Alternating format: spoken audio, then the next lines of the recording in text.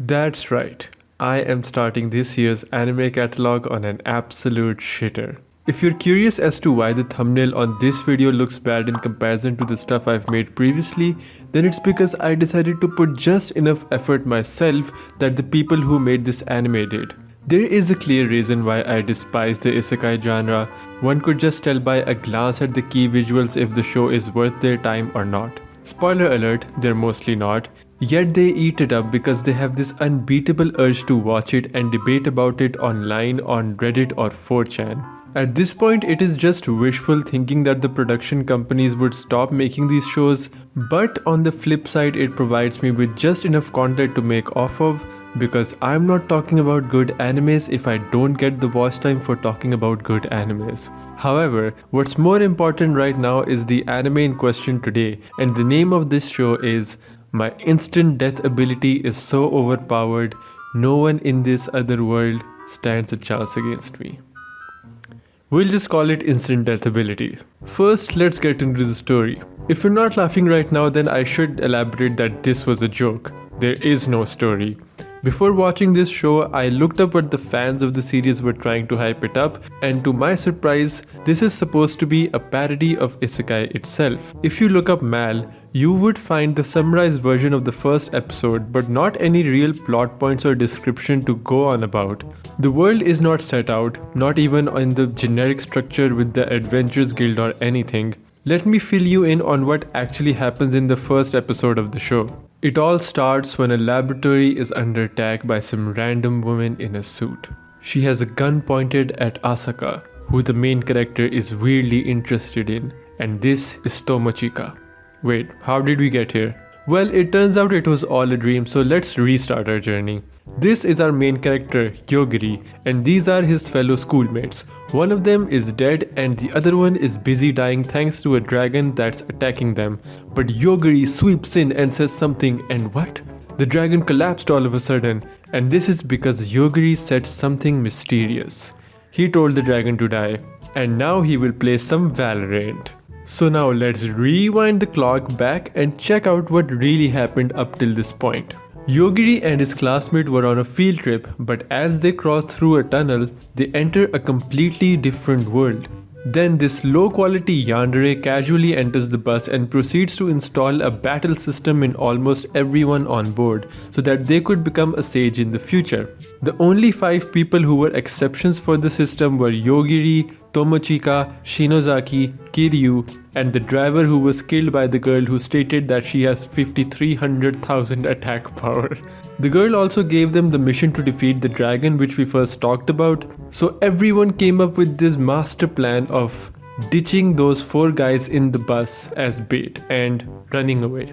And Yogiri is asleep this entire time. There is a lot to unfold already, so let's get our hands dirty here. My first problem is that there is literally no background. You see, even good parodies of isekai have some sort of structure so that they could openly ridicule the tropes and fantasies. Take the first season of Devil as a Part-Timer for example.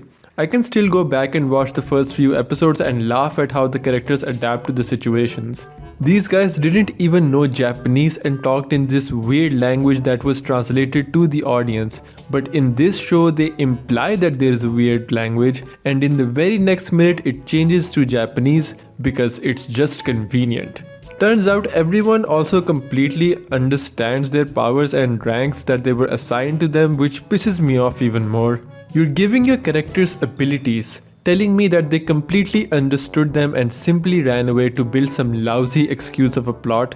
Not only that, you gave them freedom to do whatever the hell they wanted in this world and no one cares about how they're gonna go back.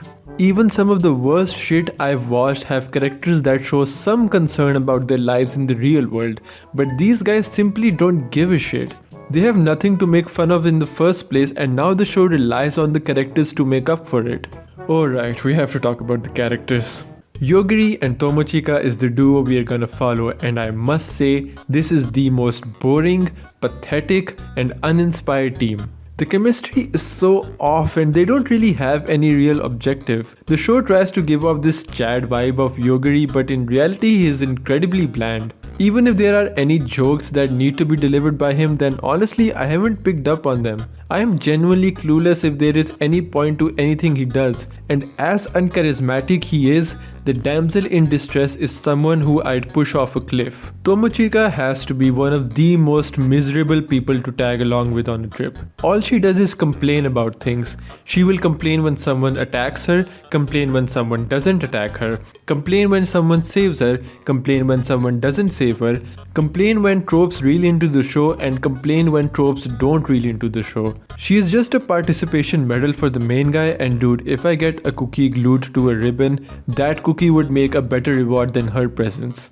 They also try to create some story out, but there is no real sense of direction. Let me speed you up till the end of episode 4. These three return and threaten to kill Tomochika and Yogiri because they think they don't have any powers. So Yogiri kills two of them who have the same character design, and after 7 painful minutes, Yogiri successfully forces this fat guy to become his slave and orders him to leave all his possessions behind, which he was carrying in a school blazer. Anyways, he is sent to the forest and now the two can enter the city. The city is just like any other fantasy city you would expect, but there isn't any layout, so you just have to focus on the main duo getting catfished by Mirio into buying some valuables and potentially get robbed by some bandits before Yogiri kills all of them. Next up, they head on to a hotel without a single care when they are rightfully accused of killing those bandits by the guards. This is where Tomochika's guardian angel Mokomoko Danura shows up, and I wish to freeze her in a block of ice and ship it to Antarctica. There's also nothing noteworthy about this guardian angel and her relevance to the story, so I'm just gonna skip ahead a little. The next morning, our duo set out to the capital to find their classmates, but an attack blows up the train. There's a battle going on between a sage and a talking robot. This is where Yogiri also sets out some ground rules that he shouldn't kill every person that annoys him. Pretty logical, honestly. Life can become quite difficult if they just went around killing anyone they didn't like. And the very next moment, Yogiri kills the sage who slightly insulted them, and Tomochika is completely okay with it. Oh, that's the joke. I get it now. Timing is a crucial tool used for good comedy, and this show has not only the most terrible jokes to tell but horrendous timing as well. Oh, I almost forgot to mention this meaningless subplot where the yandere from the beginning is starting to investigate the mysterious abilities of Yogiri. So once Yogiri and Tomochika finally arrive at the capital, they find one of their classmates. Meet Yuki Tachibana. He is a part of the strongest class, which is Dominator. He takes advice of his consultant Haruto Otori, who is a member of the class of Consultant. They didn't even try. Anyways, he took his advice to start his own harem by purchasing level 1 servants who would defeat opponents so that he could turn the defeated opponents his servants. This would bring more experience to Yuki and he will become a sage in almost no time. But too bad, Yuki's servants don't like how Tomochika addresses him, so she decides to kill her, but before that could happen, Yogiri kills her instead. The rest of the band also tries to stop the two from running away, but Yogiri beats them with ease because everyone knows the extent of their abilities here, I guess. So when there are only 2 of Yuki's slaves left, Yogiri proceeds to kill him, so the 2 remaining servants become free of Yuki's contract. Now they can head to the capital, but there is a zombie leader who really wants to play Metal Gear Survive IRL here, and we still have 1 episode left right now.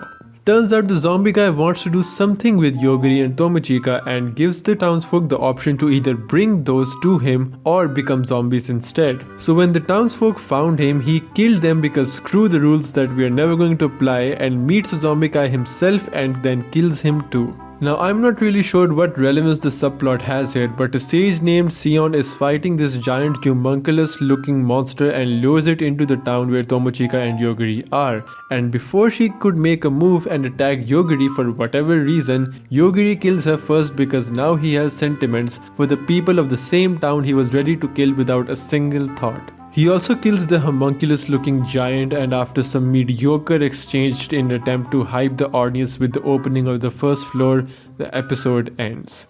Man, this show is bad. It's not even ironically funny, it's just boring and lame. The series is uploaded by Muse Asia on YouTube, and I surprisingly found a ton of people who are actually interested in this garbage show. I don't know if this is made for newbies through animes or for people who have completely ran out of stuff to watch. I found the writing of the show to be lazy and stupid, the world is uninspired, the characters are these crackhead fodders that have no clue what they're doing, the story has no real sense of direction, and the animation is extremely lazy. I'm not bad-mouthing the studio here, I'm pretty sure that if they were given a good IP to work with, then they would have tried their best, but knowing this is what they were given to work with, they made this with zero passion and slapped arguably the worst and hilarious opening song on top of it. Oh hell no, who made this? Stop it. Who greenlit this? What the fuck is this? Anyways, that's the end of the video. If you enjoyed watching, then consider subscribing and following me on Instagram. I have a couple of manga videos that I need to make and a few animes to watch before I give my opinion on them. Alright, bye for now.